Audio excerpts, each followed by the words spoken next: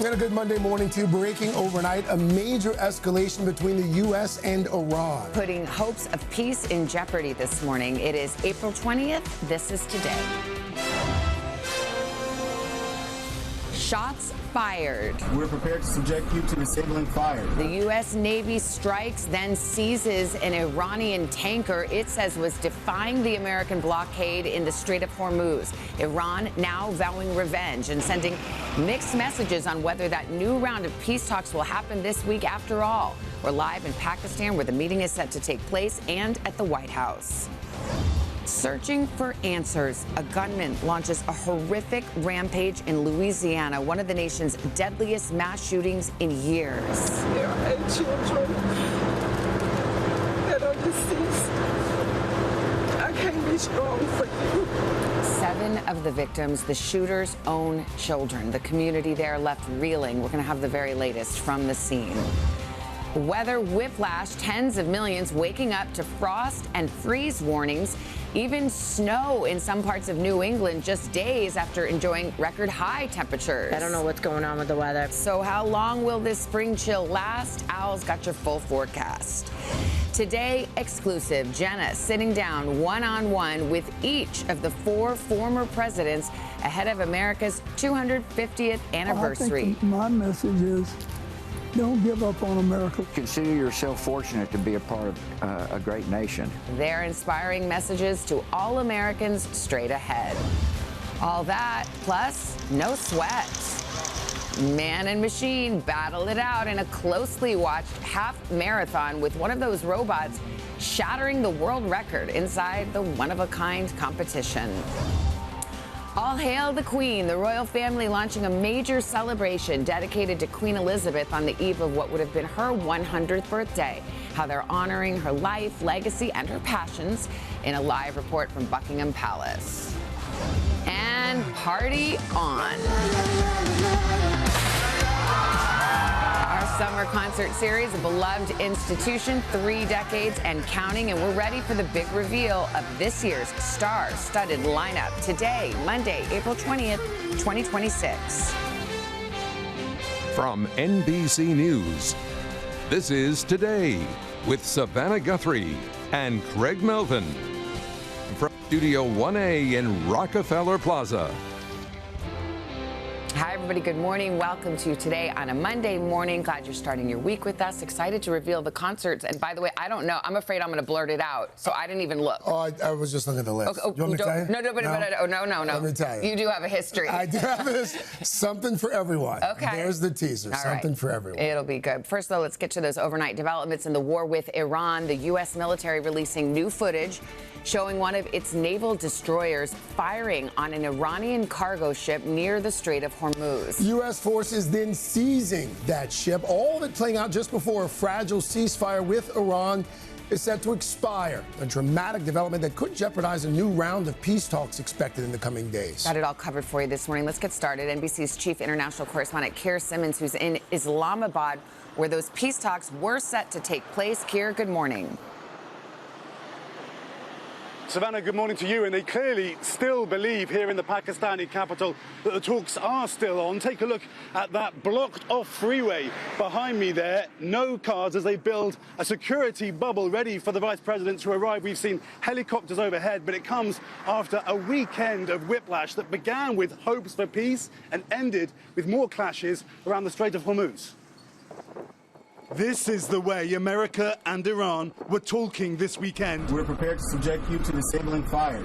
A U.S. naval destroyer firing on an Iranian cargo ship Sunday, blowing a hole in its engine room, President Trump said. The footage, released by CENTCOM, then shows U.S. Marines rappelling onto the deck of the Tuska at night.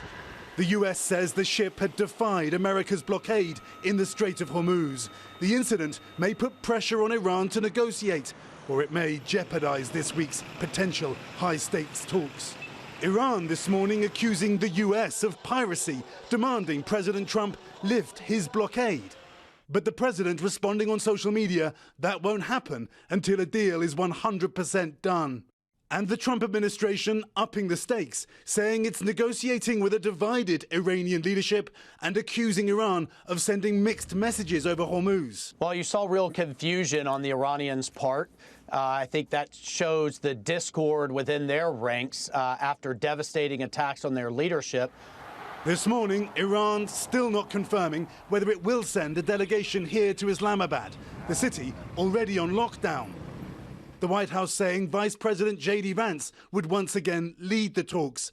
Last time, despite hours of face-to-face meetings, the two sides could not agree on a deal. This time, the ceasefire is set to end within days. And there are more mixed messages for the Trump team to deal with this morning, Savannah. The Iranian military vowing revenge for that boarding of that ship in the Straits, around the Straits of Hormuz. Meanwhile, the president of Iran, President Pezeshkian, emphasizing diplomacy in a statement. Savannah, the foreign minister of Turkey telling me there will have to be an extension to the ceasefire in order to get these negotiations done, Savannah. All right, Keir, thank you very much. All right, let's go from Pakistan now to our senior White House correspondent, Gabe Gutierrez. Gabe, good morning to you. So, Gabe, what are some of the other remaining sticking points ahead of these talks there in Islamabad?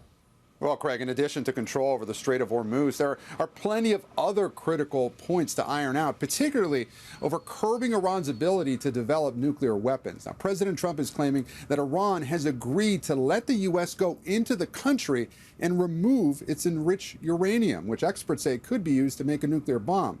But Iran is saying it won't be transferred anywhere. Meanwhile, the president dramatically shifted his tone over the weekend from praising Iran's leadership, calling them reasonable, to once again ramping up threats. The president posting, "We're offering a very fair and reasonable deal, and I hope they take it, because if they don't, the United States is going to knock out every single power plant and every single bridge in Iran," adding, "No more Mr. Nice Guy." Asked about that rhetoric, a top administration official explaining it as, quote, maximum leverage in these negotiations, Craig and Savannah. And Gabe, we've got a new poll this morning, and we're starting to see the impact of the war on the president's poll numbers. Yes, that's right, Savannah. The war is dragging President Trump's approval rating to a new low. Just 37% of American adults approve of his performance. In December, that number was 42%. And likely driving that drop, 2/3 of Americans do not approve of his handling of the war. The economy is also a major factor, with oil and gas prices soaring and inflation beginning to spike. 68% disapprove of the president's handling of inflation and the cost of living. That's up 8 points since last year. All of it top of mind for Republicans heading into the midterm election campaign, Craig and Savannah. All right, Gabe Gutierrez from the White House there. Gabe, thank you. We turn now to that horrific mass shooting in Louisiana, a community in shock after a gunman killed 8 children during a rampage in Shreveport yesterday. And this morning, we've learned more about those victims and the shooter. NBC's Ryan Chandler joins us with the very latest on this. Ryan, good morning. Savannah, it is just an incomprehensible act police are describing as evil. The 8 victims killed, all of them young children, were killed at this house behind me in an act that has so many here struggling to find answers, bringing neighbors into the streets to pray as they only begin to process their pain. This morning, neighbors across Shreveport, Louisiana, grappling with the aftermath of a massacre. There is no sense in this. Officials say the deadly act of domestic violence took the lives of 8 children between 1 and 12 years old. The female saying there's 9 subjects that live inside the residence. Say he may have shot them all. Police tell us early Sunday morning, Shamar Elkins shot his wife and another woman they believe was his girlfriend. Both of them are still alive. They have a female with a gunshot wound to the face, saying the assailant left the scene. Authorities say he then executed the children in this home. It is a disgusting and evil scene that our officers experienced. Elkins then fled the area in a stolen vehicle, leading police on a chase. Home security video capturing the frantic moments. Officers caught up to him and exchanged gunfire. Shots fired. Elkins was pronounced dead at the scene. Police tell us he had been on their radar before, convicted in 2019 for the illegal use of a weapon.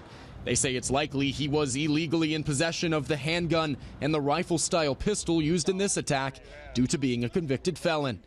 Elkins served in the Louisiana State National Guard for 7 years. He was never deployed and left in 2020 as a private. Obviously something snapped with this guy, and he went on this rampage. We had no way to predict that it was going to happen. Now, as both adult victims remain in the hospital with serious injuries, their loved ones are leaning on community to hold together a broken family. It doesn't make sense at all to wake up and to hear this kind of news that someone would shoot 8 children, 8 innocent children.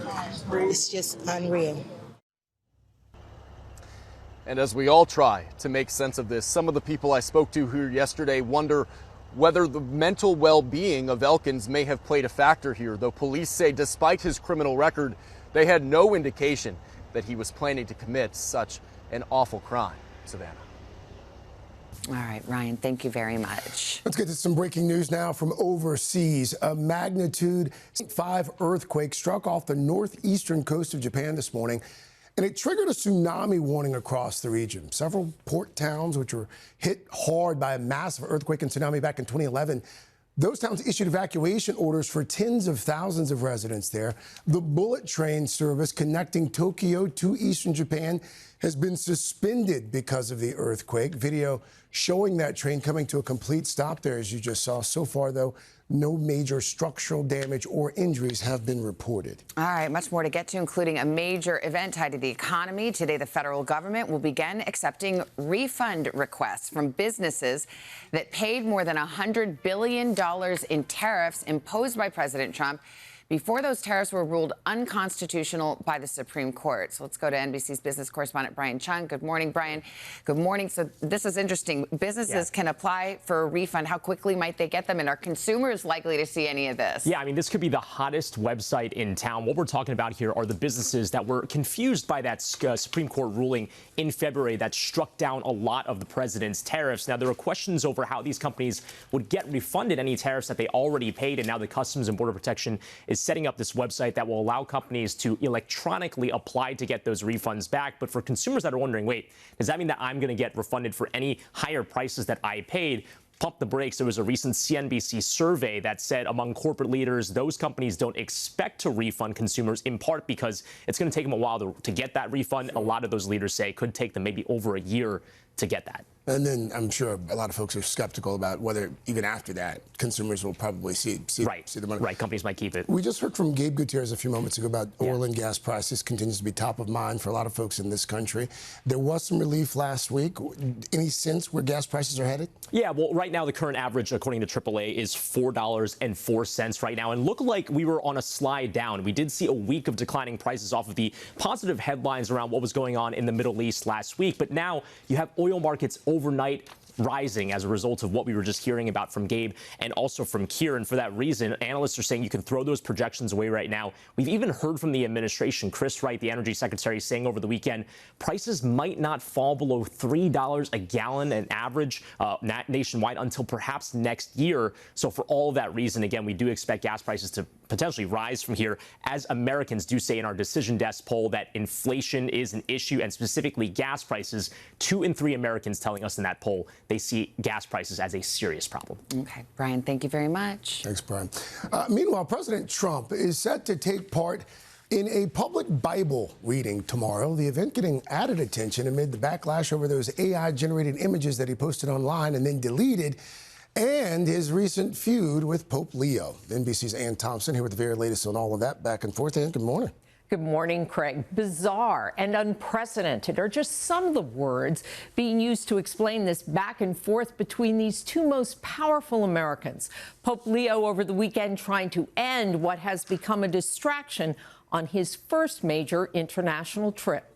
This morning, a joyous reception for Pope Leo in Angola, the 3rd country on his African trip. An 11-day journey where Leo has described himself as a pilgrim of peace. The masters of war pretend not to know that it takes only a moment to destroy. Yet often, a life is often not enough to rebuild. Now Leo explaining that not everything the first American pope says on this trip is directed at the American president. The talk that I gave at the prayer meeting for peace a couple days ago was prepared 2 weeks ago, it was looked at as if I was trying to debate again the president, which is not in my interest at all. The trip is overshadowed by the most unusual war of words about the Pope's peace message, ignited by President Trump last week. Pope Leo said things that are wrong. I think he's very weak on crime and other things. Leo did not back down. I have no fear of neither the Trump administration nor speaking out loudly about the message of the gospel. As the president continued to double down. I have a right to disagree with the Pope. The criticism unusual. Christopher White is the author of a book on Leo and a veteran of multiple papal trips. Did you ever think you'd ever see something like this? This conflict is unprecedented. On the other hand, it does sort of make sense. Pope Leo and President Trump have very different leadership styles, very different visions of the world. Now some in the president's own party advising Trump to move on. I think he wants a better world, but I don't agree with him about this new holy war with the Pope. As the Pope works to try to keep the focus on his trip.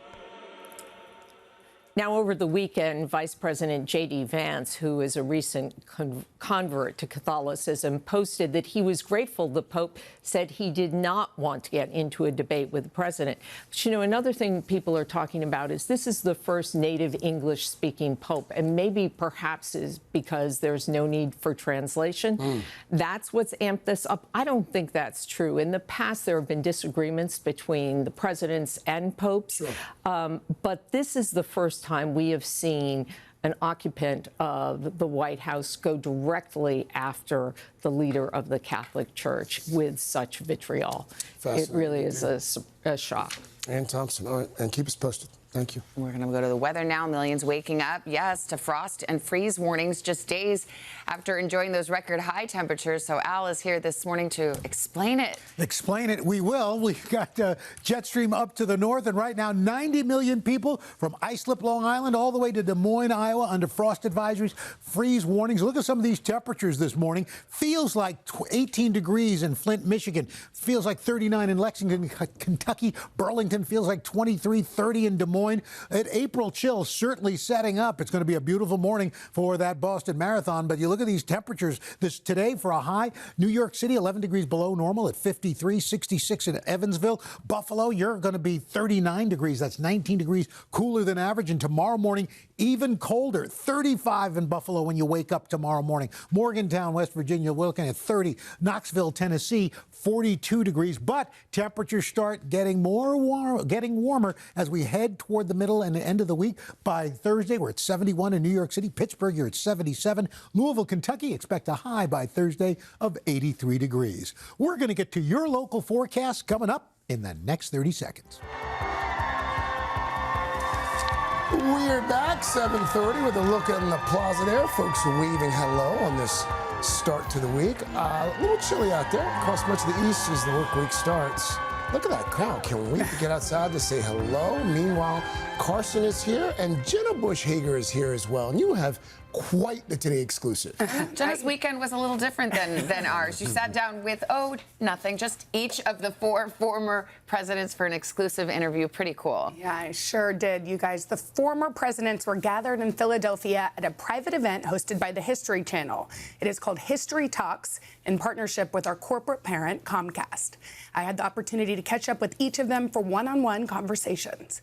I asked what inspired them to run for the highest office in the land, the most meaningful moments from their time in the Oval Office, and what they'd like to say to the American people on our country's 250th anniversary. So I think my message is, don't give up on America. We're the longest lasting, freely elected government in history now. And a lot of people didn't think we'd make it this long. I think it'd be a good thing if we made it longer. So everybody should be thinking about that this year. Do I want to make it longer? Because if I do, then I have to favor cooperation over constant conflict, and I have to be willing to lose as well as win. We're the most unique country in the world. The most unique country in the world in the sense that we really do think democracy is dictated by the rules of the Constitution. and we do believe, and we act, and when we do well, that all men are created equal. Everyone's entitled to a shot. That everybody has a shot. And I think as we do that, people, it grows instead of focusing on divisions, because we're not nearly as divided as we're being portrayed. If we hold true to that idea, that we the people have been gifted this chance of self-government, if we pay attention to our responsibilities and our duties, and if we extend respect and thoughtfulness to our fellow citizens, even if we disagree with them, if we understand that part of this democratic project is to sort through our differences in peaceful, legal ways, then I'm confident that we're going to have another 250-year run that's going to be just as good. My message is consider yourself fortunate to be a part of a great nation. Study our history so you have a better sense for what the future will be like. And be a citizen, not a spectator. And by that I mean participate in the process, but also love a neighbor like you'd like to be loved yourself. Wow. So the History Talks event traditionally features former presidents, and it's taking on even more meaning as we celebrate 250 years. We had a lot longer of a conversation. Yeah. Oh, thank God. Yeah, that felt short. But it was really interesting to hear each of them talk about why service matters, why treating our neighbors the way we would want to be treated matters, and we have a bigger conversation. Did you know what your dad's answer was going to be? No. But by the way, it was also great to hear their optimism. Yeah. All four of them sounded quite optimistic about the future of our republic. And also just to say how grateful we are to live here. Yeah. Was it cool spending that time with Dad? Oh, yeah. He liked to bring out all the old stories. We didn't see. You didn't see. We're going to hold that for forever. Time. Yes, exactly. Jenna, thank you so much. Want to mention you can catch Jenna's full interview with the former presidents tomorrow morning only on Today. That was just a little teaser, like the pop star. I know, a little sneak peek of presidential chat. Exactly. Still ahead, superstars, surprises. Weekend 2 of Coachella just happened. We're going to have all the highlights for you. And also, as we get set to announce our big city concert lineup, and it's awesome. Okay. First, though, man versus machine. Humans and robots just faced off in a grueling half marathon with milestone results that could impact all of our futures. We're going to explain that when we take you inside that unusual competition. We'll do that right after this. We are back, 7:38. A look at today's big event up in Boston. Tens of thousands of runners will be lacing up their running shoes for the city's 130th marathon. And apparently they should be glad that no machines are in that race after what we just saw on a closely watched half marathon over the weekend featuring humans competing against humanoid robots. NBC's Janice Mackey-Freer was actually there for the race. She joins us now from Beijing. How'd it go, Janice? Hey guys, good morning. Believe me, a crowd of robots running down the road is quite a sight. There were over 100 humanoids racing beside 12,000 human runners. The race results could be a sign of where the future may be headed and how far and fast these robots can go. In the race to build robots that are faster and smarter, big strides are being made here in China. At a half marathon pitting more than 100 humanoid robots beside 12,000 real-life runners, the machines were on the move. Some whipping by at speeds up to 15 miles per hour, leaving the entire field behind. The winner, called Lightning, finishing the 13 miles faster than any human ever, 50 minutes, 26 seconds, shattering the current world record by nearly 7 minutes. It was a technological leap from last year's race, when only 6 of 21 humanoids finished and the rest fizzled. This time, nearly half the robots were autonomous, running on their own without people controlling them. While it all seems a bit science fiction, the spectacle here speaks to a bigger race between China and the U.S. to develop machines that think and move like people. Intercity technology robots can run, groove, even get sassy. You are making my circus feel all warm and fuzzy. 我在讲，其实现在。 Robots today have the body of Mike Tyson, but need the brain of Stephen Hawking, says the CEO. Once that's solved, the scope for imagination here is immense. You ready? Go. Humanoids are expected to someday be capable of doing nearly any job, from critical repair work to caring for the elderly. In that sense, it was reassuring the race was not without its setbacks. There were face plants and stretchers. Some finishes showing more flair than others. Suggesting humans still have skin in the game for now.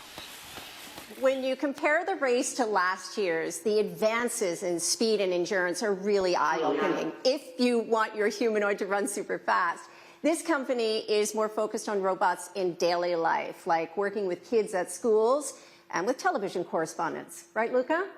This is so fun back to you in New York. You heard what he said. Back to you guys. Wow. Thank you, Luca. Thank you more, Janice. There's the next host of Pop Stars in the next I know, exactly. 250 years of America. You had a good run. Yeah, thanks. Yeah, all right. I love it when they fall down, though. Does that make me bad? When they fall? You like it when they fall? I like to see them fall. Yeah. You like America's Funniest Home Videos, too, don't you? Yeah. Let's see the robot's face It's always funny. Yeah, look at your face plan. What do you think, Al? I just remember watching the movie I, Robot. Doesn't turn out well. No, it doesn't. For us. No, it doesn't. So. Or Terminator. There's that, too. Well, I'll be back with the weather right now. Boston Marathon, all humans running, increasing clouds. Temperature is starting off at about 44 degrees. By 3, it's going to be 51. So all in all, should be pretty good weather. Now, unfortunately, down in Texas, they've got a lot of rain coming. A slow-moving low-pressure system going to linger over southern Texas. It's going to bring a lot of slow-moving thunderstorms right through tomorrow. Locally, heavy rain could lead to localized flooding. Some places getting 3 to 5 inches of rain from San Antonio to Houston. Out west, we've got winter weather and storm watches going on for the Sierra Nevada. They may see more snow, especially in the upper elevations. We could be talking about some places up to 2 feet or more. That's what's going on around the country. Here's what's happening in your neck of the woods. And that's your latest weather. Hashtag PSSP. All right, guys, we got a good one for you today. We're going to start with over the weekend dreams coming true for this 12-year-old, Justin Bieber superfan. I watched so many Justin Bieber things. I was like crying so hard. Because I'm worried that when I get a boyfriend, I won't want to be with him because I actually love Justin Bieber more, and I can't handle that. Believe it or not, that's a very young, adorable Billie Eilish before she was a global superstar. She was Justin Bieber's #1 fan. And on Saturday night, Billie got the surprise of a lifetime during Justin's Coachella set when Eilish went from being just another fan in that crowd to literally pushed on stage where she appeared for a One Less Lonely Girl cameo for Justin's performance of that 2009 hit.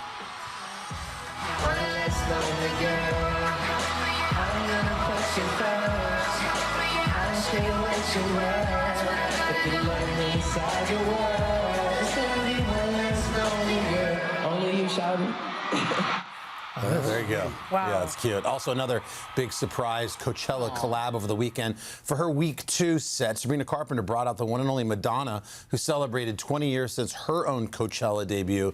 The two pop powerhouses duetting on Like a Prayer.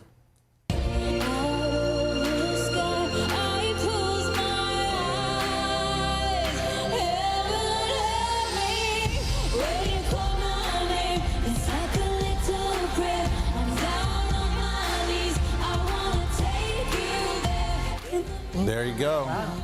That's it, guys. Coachella's long. Coachella. Well, then It's like the NBA playoffs. No, but guys, it's a polo field in California. I went to college in the area, so I know it well. Now it's Stagecoach, which is they call Country Coachella. Yeah. Although it's not just country, because Post Malone's one of the headliners there. Cool. So yeah, that whole area now goes from Coachella to Stagecoach for a couple weekends. It's like a whole month of It's a whole thing out there, which is cool. Let's go to Coachella. I'd love to go. Right? Just for the fashion. Yeah, exactly. All right, looking forward to the rest of Pop Start. Yep.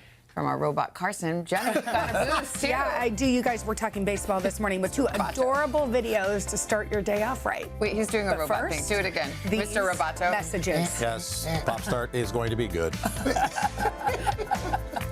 put more oil. We're back, 7:50. We got a morning boost from Jake. This is timely. Okay, well, batter up, y'all. We've got a double baseball boost. Let's start with a sweet sibling moment that will warm your heart. Take a look at this. One kid in the stands was spotted wearing a Pirates number 28 jersey by Jake Mangum himself. The outfielder threw him the ball, where the big, sweet brother handed it off to his little sister. And check out her emotional reaction. Wow. That's sweet. My son would never do that. Look at that. Look at this. Oh, I love it. First of all, here you go, sis. Nice catch. My kids are grounded. Sister's proud. Yeah. That is so sweet. Are you sure they're related? Yeah. That's what we think. All right, here's the next one. Over the weekend, a group of guys were in Minneapolis for a friend's wedding and decided to swing by the Twins game on the way to the ceremony. Here's what the groom's buddies had to say.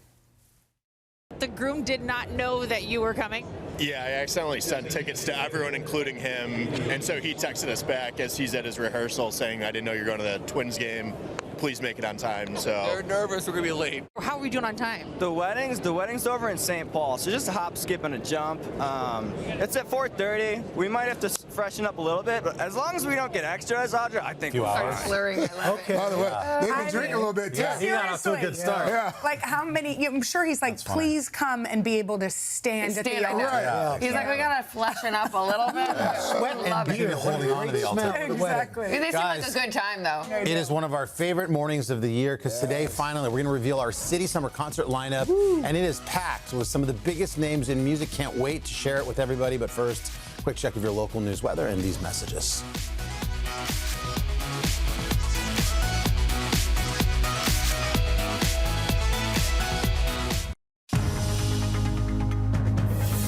It's 8 o'clock on Today. Coming up, tensions rising. We're prepared to subject you to disabling fire. The U.S. Navy striking, then seizing an Iranian cargo ship. Iran now vowing revenge. What does it mean for the next round of peace talks expected to begin this week? We're live with the very latest. Then, royal celebration. On the eve of what would have been her 100th birthday, the royal family honoring Queen Elizabeth inside the major events fit for a queen. And Taraji P. Henson live, the award-winning actress stopping by our studio. But what's there tells a story if you read between the lines. To fill us in on a career first and much more. All that plus Super Mario tops the charts.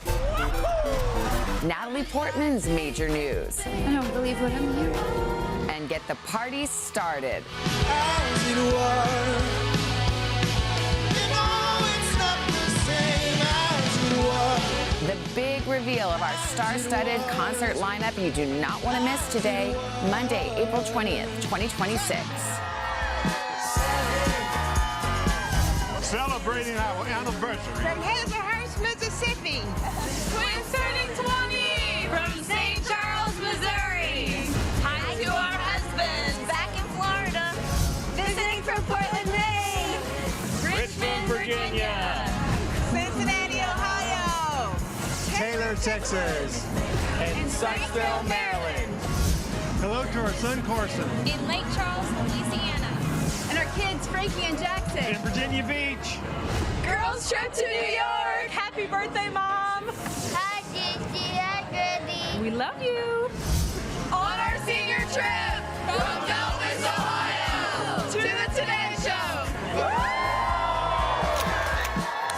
Oh, a lot of folks out there. Welcome back to Today. Happy you're with us on a Monday morning. We thought we'd put those coats away for the year, but they're back. Yes, but Al says we're going to be able to put them away later this week. So Okay. that's some good news. Got a busy morning to get to. Here's your news, 8 o'clock. We'll start with that major escalation between the U.S. and Iran. The U.S. Navy seizing an Iranian tanker that it says was defying the American blockade in the Strait of Hormuz. Well, this morning, Iran is vowing revenge. We get the very latest now. NBC's chief international correspondent, Keir Simmons. Keir, good morning. Savannah, good morning to you. And we just saw busloads of police coming by. Let me show you again that closed-off freeway behind me. Clearly, here in the Pakistani capital, they believe that the vice president is on his way. But is he? More to the point, are the Iranians going to be here for a second round of face-to-face talks? Because, as you say, the tension has escalated around the Strait of Hormuz. Take a look at these two sets of pictures. This is an American destroyer firing on an Iranian cargo ship, according to President Trump, hitting the engine room, and then American Marines in the dark rappelling down onto that ship in order to seize it. It has infuriated the Iranian military. As you say, they are vowing revenge. Mixed messages, though. The president of Iran doubling down on the idea of diplomacy in a statement that he just made this morning. Savannah, these are going to be tense days ahead. All right, Keir Simmons in Islamabad. Thank you very much. Well, now to an update on the Jeffrey Epstein case and when one state's push for justice for survivors in that case. NBC News obtained access to some of the land in New Mexico that state investigators recently searched near a property of the late sex offender. The property is known as Zorro Ranch. NBC senior Washington correspondent Hallie Jackson joins us now with more on that. Hallie, good morning. Hey, Craig, good morning to you. Some survivors and family members say they're hopeful now that new state investigations can shine a light on the truth of what happened at Zorro Ranch, as the new owner of that property shares more about what its future could hold. For investigators in New Mexico now, a closer look at the ranch Jeffrey Epstein owned there for decades, nearly 8,000 acres, an hour outside Albuquerque, with its massive mansion, the pool, library, room after opulent room. To survivors of his abuse, a house of horrors. It was very intimidating, and I always wondered if something would happen to me. Rachel Benavidez was a newly certified massage therapist when she was hired at Zorro Ranch. It's where she says she met Epstein, who sexually abused her. I thought I was the only one. Can you believe that? Like, when I would go out there and I would see all these girls, like, who I thought they were Victoria's Secret models, there was no way he was doing that to them. For years, she's hoped for justice. Does it feel like there were missed chances to hold him accountable? Oh, yeah, definitely. Federal investigators never searched Zorro Ranch after Epstein was arrested in 2019. But this past March, the state of New Mexico did, after the attorney general there opened a new investigation following the Justice Department's release of millions of Epstein case files. The State House also greenlit a bipartisan truth commission. NBC News obtained a permit to access the land adjacent to the ranch. State investigators searched all of this in March. Epstein used to control this land back when the state leased it to him.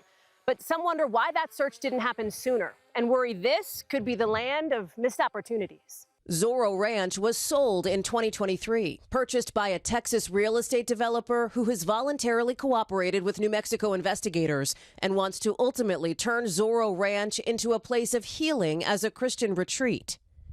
Amanda and Sky Roberts, the sister-in-law and brother of Virginia Roberts Giuffre, offered to meet us at the ranch. Giuffre, who died by suicide a year ago, was one of Epstein's most prominent accusers. Her name on a cross in a memorial that sits just steps from the ranch's front gate.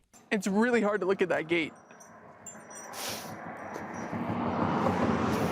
and think that that's the gate my sister went through, like to the gates of hell, basically. Now they're looking to what's ahead, hoping for accountability. I will say it's the most hope we've had since we've come forward, truly, about like seeing real prosecutions, because it's on a different level. That's what the Truth Commission's about. They're looking at this open space and they're saying something more happened here. A spokesperson for the ranch's new owner tells NBC News that to their knowledge, no physical evidence of criminal activity by the prior owner was found by the state. A DOJ spokesperson tells NBC they welcome New Mexico undertaking additional investigations of the ranch and stand ready to help. Craig? Our senior Washington correspondent, Hallie Jackson, for us there. Hallie, thank you. Some sad news from Hollywood this morning. Actor and producer Patrick Muldoon has died at the age of 57. He was best known for his roles on TV shows like Days of Our Lives and Melrose Place and the movie Starship Troopers. He was also the lead singer of a band called the Sleeping Masses. Muldoon was described by friends as generous, charismatic, and full of life. They say he embraced each day with the full-tilt rock and roll spirit. All right. What do you say we go to the NBA playoffs now? A record-breaking performance for one of the league's hottest young stars, San Antonio Spurs big man Victor Wembanyama. He led his team with 35 points in that win over the Portland Trail Blazers last night. That is a franchise record for most points in a playoff debut. And if you think it was all dunks and layups, think again, folks. Wemby put up 5 3-pointers on the night as well. The Spurs won that one 111-98. Other winners yesterday, Boston, Oklahoma City, Orlando as well, surprising Detroit. Meanwhile, we got 3 more games tonight. All right. NBA playoff season. It won't end until July. Late June. I know. There you go. Goes on a long time. Carson, what you got? Guys, get out your calendars and get ready to make your summer plans. We're about to tell you who's going to be hitting our concert stage in the weeks and months ahead. All right, but first, a royal celebration, 1 century in the making. We're going to take you inside the new tributes this morning honoring Queen Elizabeth's life, legacy, her passions, on the eve of what would have been her 100th birthday. A live report from Buckingham Palace right after this. All right, we are back with a grand royal celebration. Queen Elizabeth would have turned 100 tomorrow, and a number of events are being held this week to honor the late monarch's life and her legacy. NBC's Danielle Hamamjan joins us from Buckingham Palace. Danielle, good morning. Good morning, guys. You know, we've stood here countless times in front of the palace to talk about all the major milestones in the life of Queen Elizabeth II, but even years after her death, her presence is still being felt. This morning, the UK preparing to commemorate the woman who was at the center of British life for generations. Today, crowds flocking to watch the changing of the guard outside Buckingham Palace ahead of celebrations. Her family set to honor the late Queen with events throughout the next few days and their own memories. There are so many elements of her legacy that Charles wants to curate. He's almost the editor of that piece that's being written about her life. For the public, many across the UK and the world will perhaps think of those rare moments they saw her in person. Just 10 years ago, marking her 90th birthday, the Queen and Prince Philip joined thousands of well-wishers in Windsor. But that connection began decades earlier. On her 21st birthday, a young Princess Elizabeth addressed the nation, making a promise that would shape her life. I declare before you all that my whole life, whether it be long or short, shall be devoted to your service. It was a promise kept. Crowned Queen at just 25, she was gifted with a long life of service. Is Your Majesty willing to take the oath? I am willing. 4 jubilees would come to mark her reign. And as the world around her changed, presidents and prime ministers came and went, but the English Queen remained a constant. A new BBC documentary explores her life and legacy with an appearance from one of the 13 American presidents she met throughout her reign. By virtue of her having known every world figure through the entire 20th century. Your Majesty, you're looking well. She's a link to history. Queen Elizabeth II will live on in many ways. A national memorial is in the works. On Tuesday, her daughter, Princess Anne, will officially open a garden in her mother's name in London's famed Regent's Park. I think every single Brit this week will at some point stop and think about the Queen and the impact she had on our country. And ahead of the Centenary Week, Britain's Royal Mail announced the release of a set of 12 commemorative stamps honoring her late Majesty. They feature Elizabeth from childhood until her late reign, each stamp showing a headshot imposed over a wider image to highlight a different decade of her life and work, with a nod to the dogs and horses she so dearly loved. So we've got new stamps, a new garden, new statue, a new biography. The list goes on. There'll also be a reception here at the palace tomorrow, hosted by the King. Among the guests will be those who share a birthday with the late Queen, born on April 21st, 1926. A very special 100th birthday party for many people here. Guys, back to you. All right, cool. Danielle, thank you. That's your latest one. Did you ask her she's wearing 2 different shoes? Came in hot. I don't need Came to in hear hot. it. My earpieces work, but who needs to hear All right, anything? happy birthday. We just need to hear you. Happy belated birthday, by the way. Oh, yeah. Yes. Birthday yesterday. Welcome back. You and the Queen. Thank you. Okay. Are you guys done? Pop start. Are you guys done? Pop start. All right, let's get to it, guys. We're going to start a little box office weekend roundup. Another week, another win for the Super Mario Brothers, the Nintendo big screen sequel from our sister company, Universal Pictures, tops the box office once again. Wow. That global total now reaching $747 million, securing Super Mario Galaxy's title as this year's highest-grossing film to date. Jeez. All right, that's good for all of us, I hope. Meanwhile, another intergalactic picture just extended its run in theaters. I put the knot in astronaut. I've never done anything. I've never done a spacewalk. I can't even moonwalk. That's Ryan Gosling and his sci-fi hit Project Hail Mary. The movie's co-director has revealed that the movie will not be streaming anytime soon, saying it's set to stay in theaters for a little while longer. Good. You're here. You guys, everybody's seen that, right? Yeah. Seen them both. So good. I got to go to the theater to see it. I was waiting for it to come out on streamer, but it really was. Now I got to go. I can get some popcorn. Yeah, next up is Natalie Portman. Congratulations are in order for the Oscar winner. She just revealed in an interview with Harper's Bazaar that she's expecting baby number 3.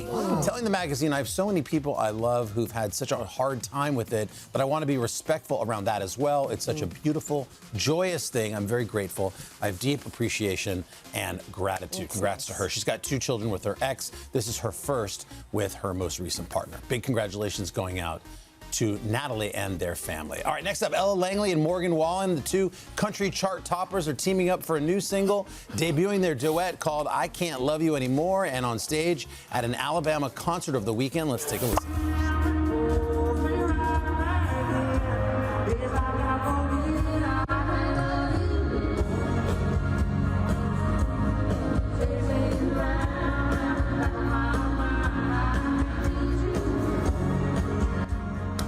Wow, 2 big names right there. Ella and Morgan revealing that they plan to drop I Can't Love You Anymore officially on Friday. And finally, it's that time of the year, everybody. Let's get to it. We are ready now to announce our 2026 City Concert Series lineup. Oh, yeah. Everybody ready? These are all the great acts that are going to be hitting our stage this summer. Roll it. Yay. Turn up the beat of summer on today, where all the biggest names come to one iconic stage. It's the 2026 City Concert Series on today, featuring Cat's Eye, Charlie Puth,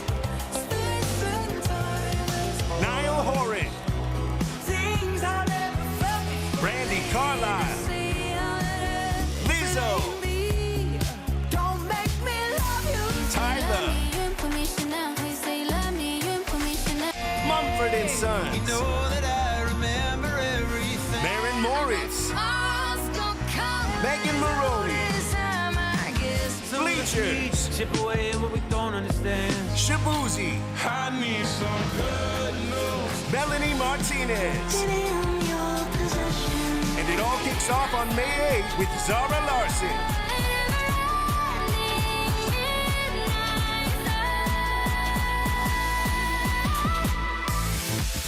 The City Concert Series, only on today.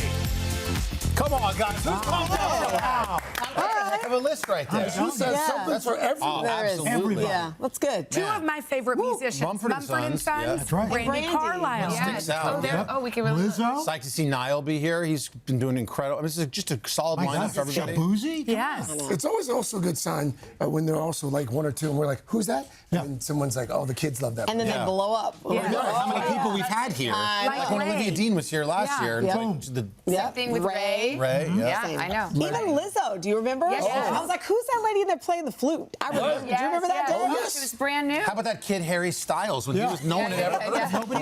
That jumpsuit. You did a great job booking. That's going to be good. Yeah. Good job, Carson. I can't take any credit for that. We have a great booking department. Yes, we do. Let's get country. Megan Maroney. That's huge as well. So fun. Okay, we say yes. Yes. And by the way, they usually add a couple, too. I know. Oh, yeah. There's still some names out there. Could be working on a couple. All right. And by the way, speaking of big names, look who is here in Studio 1A. There she is. Yeah. Taraji P. Henson cannot wait to hear about her long-awaited Broadway debut. We'll dig into that a lot more after a quick check of your local news, weather, and these messages. Taraji. Yay. I like this tights. Oh, thanks. Yeah.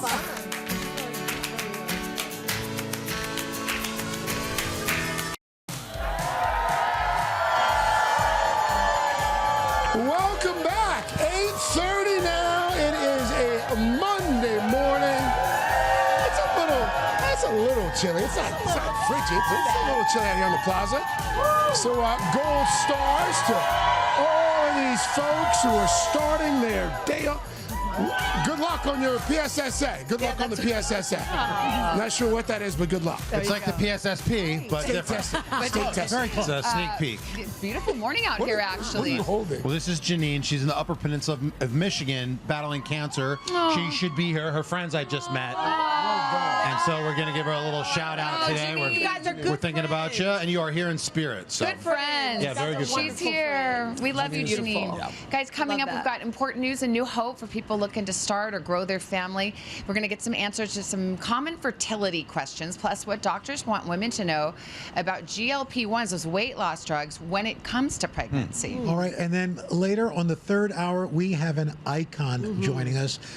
Jane Fonda, live in studio on 1A, sharing her new show, a special one-night-only performance, and she was just announced as the star of what's going to be a major motion picture based on a new bestseller. Wow, not slowing down at all. Yes. I know that one. Yeah. That's awesome. And later on the fourth hour, actor Christopher Briney, a breakout star from the summer I Turned Pretty, is here. He's going to give us a look at his latest role in the hit comedy Hacks. Oh, that's a good show. Plus, HGTV's Ty Pennington stops by to show you how to add some glam to your home decor without the high price tag. But first, Uncle Al, how about a check of the weather? Let's look at your week ahead, show you what we're going to be expecting. As you imagine, we got a spring chill in the air here in the east, fire risk in the mid-plains, rain returning to the northern California coast, and then more heavy rain there. A northwest storm comes in on Wednesday, near record highs in the plains, warmth returns to the east, and then as we move toward the end of the week, we're looking for severe storms firing back up into the plains and into the upper Midwest, rocky snow, sunshine along the west coast, and the eastern seaboard. That's what's going on around the country. Here's what's happening in your neck of the woods. That's your latest weather. Well, we've got a yearly treat that's back. Macy's annual flower show, the enchanting event returning to Herald Square here in New York, expanding to Macy's State Street in Chicago. Will Koss, the executive producer, is here with a sneak peek. Will, always good to see you, my friend. Good to see you, Al. I got to tell you, the Macy's flower show was something I always had to take my mom to because she loved it. What is it about this? This year, the theme is homegrown. What's that significance? This year's homegrown. So this year we're celebrating Mother's Day. We're celebrating the entrance of spring. Homegrown is essentially a love letter to America's gardens and greenhouses. And I always wonder, so you've got all these, you're going to have all these great flowers. This is just a tip of the iceberg, if you will. Yeah. How do they keep these things fresh? What's the protocol to making sure they look good for as long as possible? We've got over 50,000 live stems that are going to be interwoven with fabric flowers, crocheted flowers, fragrances, and throughout the entire 2 weeks of our show, we'll do nightly maintenance. We'll have a team that comes in, over 40 horticulturalists and flower designers come in to refresh and make sure that the show is beautiful each and every night. And by the way, coming up later this year, 50th anniversary of the Macy's July 4th Spectacular. 100th anniversary of the Macy's Thanksgiving Day Parade. Big milestones. What are you doing to make this bigger and better? No pressure, right? No pressure, Al. No pressure. Really. This year's Macy's Year of Celebration. We've got our 50th fireworks. We're going to go bigger and better than we ever have before. We've got our 100th parade. We've got a variety of special surprises in store. We're looking at a big show celebrating our milestone year. We celebrate life's moments, big and small. This year at Macy's is going to be one heck of a celebration. And coinciding with the 250th birthday of our great country. 250th birthday of America. It's going to be a celebration from today all the way through Thanksgiving. Well, okay. Well, always good to see you, my friend. I know you're very busy. Here, I'm going to give these ladies some flowers. There you go. Okay, there you go. Here, have some flowers. There you go. Just pass those amongst yourselves. There you go. Okay, very nice. By the way, Macy's Flower Show runs from this Sunday, April 23rd through May 10th, right here in New York. And of course, it's also underway right now in Chicago. Oh, Savannah. Aw, spreading a little spring cheer. Just ahead, we've got Dr. Rekha Kumar as we focus on fertility, the issues facing many couples, and what women on weight loss drugs need to know before trying to conceive. Craig, over to you. All right, first though, look who's here. Something new from this talented star right here. Taraji P. Henson, ready to take her talents to Broadway.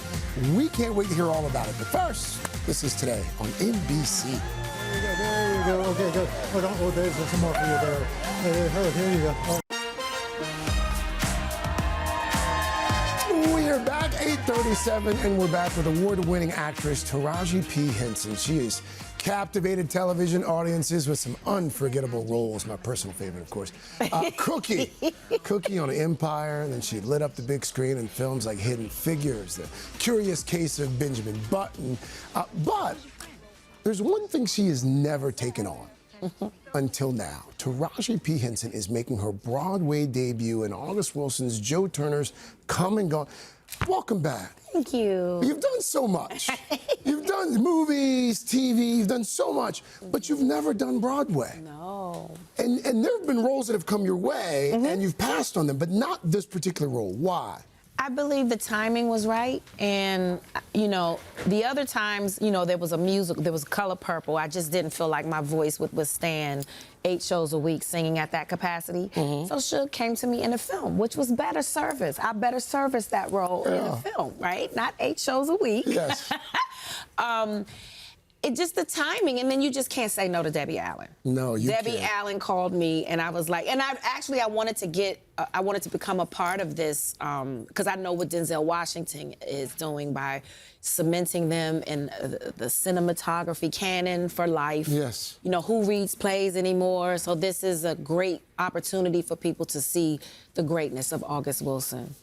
In all the films. And you star alongside Cedric the Entertainer. You said it was like The Honeymooners. It is very much like The Honeymoon. We found the humor. You know, sometimes when you say August Wilson to people, they think deep drama. Yes. And it is drama, and it does tackle some very difficult, tough themes, but and just such is life. There's always room for laughter. And my character is the love and laughter. That's what her whole monologue is about, loving and laughing, and that's all you need in this world. What's making Taraji P. Henson love and laugh these days? Right now, Broadway. I'm really having a good time. Good. I am really enjoying myself. And you know what it is? It's the camaraderie with the cast, because in film and TV, we never get to hang out after we film because our schedules are always different. Broadway, your schedule's the same.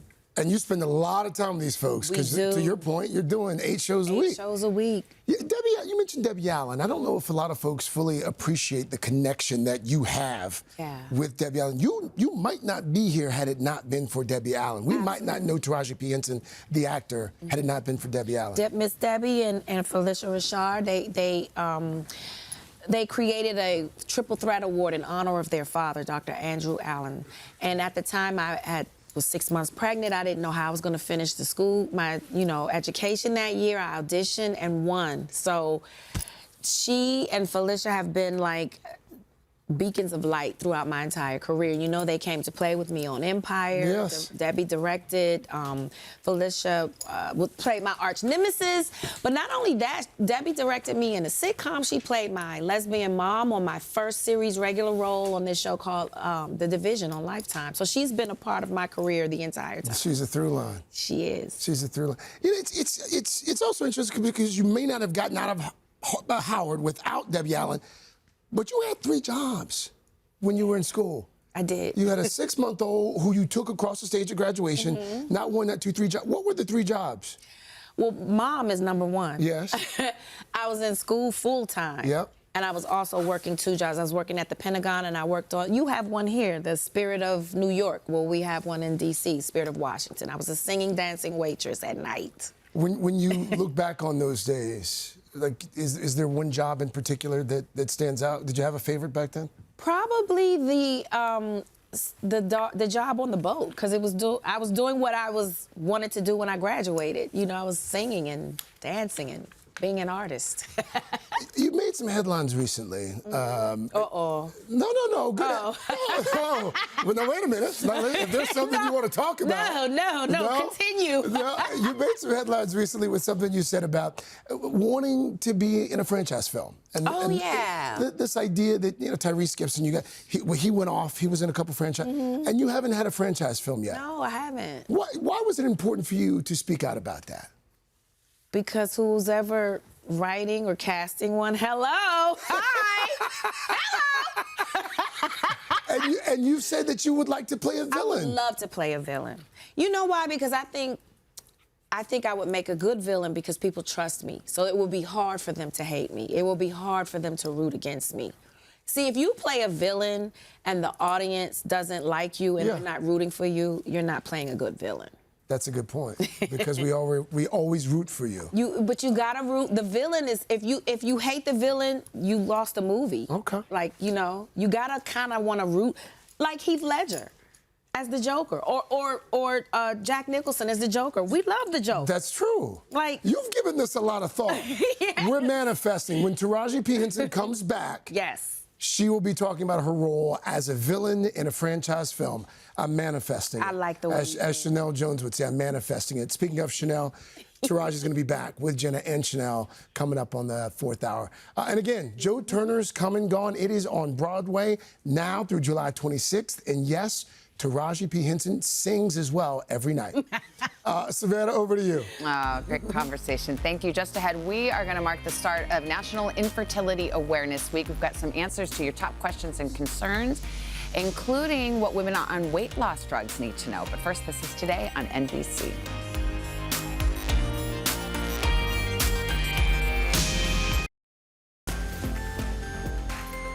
Welcome back this morning on Your Health. We are marking National Infertility Awareness Week. 1 in 6 couples worldwide faces infertility issues, but there is hope for those who are trying, and a lot that you need to know. Dr. Rekha Kumar is an endocrinologist at New York Presbyterian Weill Cornell Medical Center. Dr. Kumar, good morning to see you. Good to see you. Good morning. Good morning. So let's talk about this. I mean, the first thing is a lot of folks wonder, how long should we try? How long should it take to get pregnant? So it depends on how old you are and how healthy you are. If somebody is under 35 and healthy, we would say to give it 12 months of trying. If it's been 12 months and nothing's happening, that's when to seek out medical help. If somebody's between 35 and 40, 6 months. And if somebody is over 40 and they've really tried it all and they're not getting pregnant, then it's fair to seek medical attention. A lot of women you get mixed messages about whether lifestyle or certain, things they're eating or drinking affects their ability to conceive. What would you say to that? So to a certain degree, that's true, because it's not just about the ovary and the function of the ovary, it's the environment the ovary is living in. So we want the ovary to live in a healthy body, meaning healthy blood sugar, healthy blood pressure. So the environment needs to be optimal to throw out a healthy egg. And that requires a healthy lifestyle. Okay, when you go in and you talk to a fertility doctor, they'll do kind of a workup. What should anyone expect from that? So there's nothing to be nervous about with fertility or infertility workup. It usually involves hormone testing. That's typically just a blood test and a conversation, and factoring in that the male should be tested as well. Yeah, I was going to ask about that, because there's, it takes 2 to tango with fertility. So how do you assess the male fertility? Do they usually come in as a couple, or is it a separate appointment? Yeah, so they can come in as a couple, and they should both be tested at the same time, because 30% of infertility is due to what we call male factors, or genetic issues on the side of the male, or issues with semen related to motility or functionality. So they should both be tested at the same time. Let's talk about weight loss drugs. There's this term Ozempic babies. People talking about, I went on weight loss drugs and then I became pregnant. I mean, what is the connection there, if any? So there's definitely a connection there. Some of us that were early adopters of using GLP-1s in younger women that had PCOS or polycystic ovarian syndrome saw an early connection between prescribing GLP-1s and improved fertility outcomes. And that's related to the conversation we just had about the ovary living in a healthy environment. So people that have PCOS or type 2 diabetes in the family, the body environment isn't optimal for the ovary. And so using GLP-1s can treat insulin resistance, abnormal blood sugar, reduce inflammatory kind of body fat, and then the ovary works better. And so that's why we saw Ozempic babies or Mounjaro babies or whatever. But to be clear, it's not, you don't take it, they're not approved for pregnancy. So the idea being you take the drugs, get yourself in a particular place from a health standpoint, and then get pregnant. Correct, yes. To be clear, these should not be used during pregnancy. They should be stopped 2 months prior to trying to conceive or 2 months prior to an embryo transfer. But they can be used in the months leading up to get somebody to a healthier place in order to be pregnant. And then finally, I mean, there's just such an emotional toll for all of this. What would your word of advice and encouragement be? Because, I mean, this is a roller coaster journey, and, you know, it's great when there's a baby at the end of it, but everybody has a different result. Yeah, so I would say that the path does not have to be the same or linear for anybody. And knowing that most of these cases of infertility actually do lead to a baby, and it is fine to seek out attention early, even if you're nervous. I tell my patients to get preconception counseling, meaning just have a conversation even before you are, you know, trying to get pregnant. Talk about nutrition, talk about supplements. Are there medicines you're taking that aren't safe in pregnancy?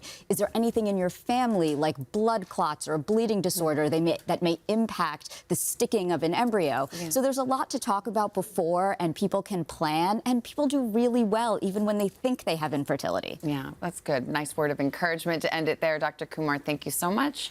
Carson, over to you. A lot of good stuff there. Thanks, guys. Appreciate it. All right, coming up, our friend Chassis Post is here. I'm locked, loaded, ready to go, because we got today's bestsellers, from helpful home upgrades to beauty sets, accessories for the spring. You're going to love what we got. But first, this is Today on NBC.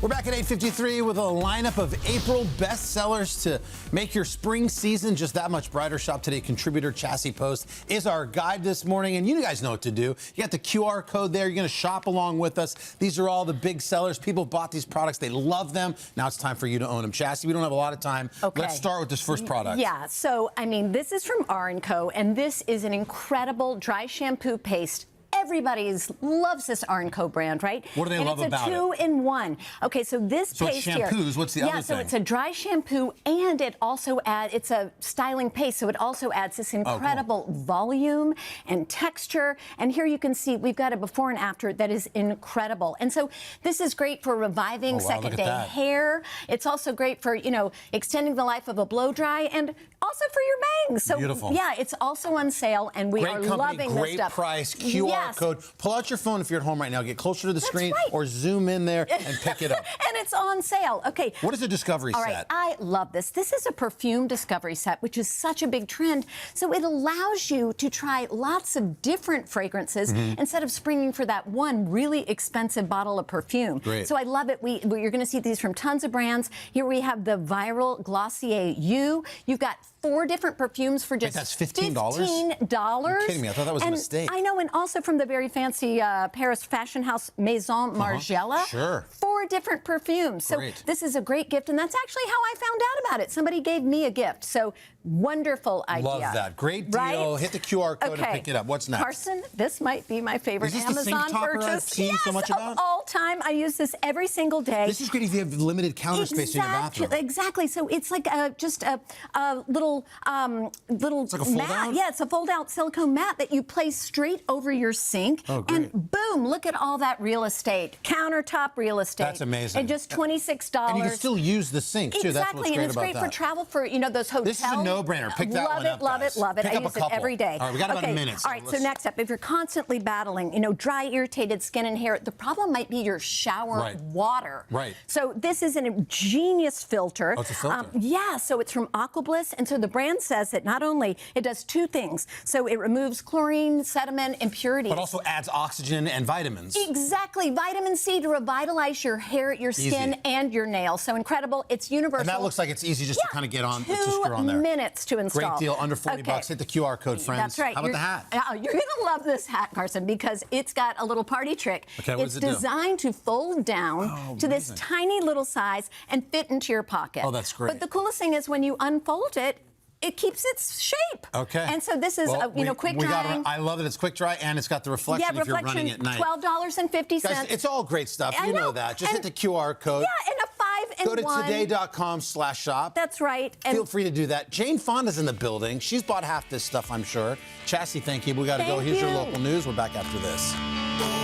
Hey, thanks for watching. And don't forget, you can catch the Today Show every morning on NBC or take Today when you're on the go. Just follow the Today podcast on Apple Podcasts, Spotify, or wherever you listen.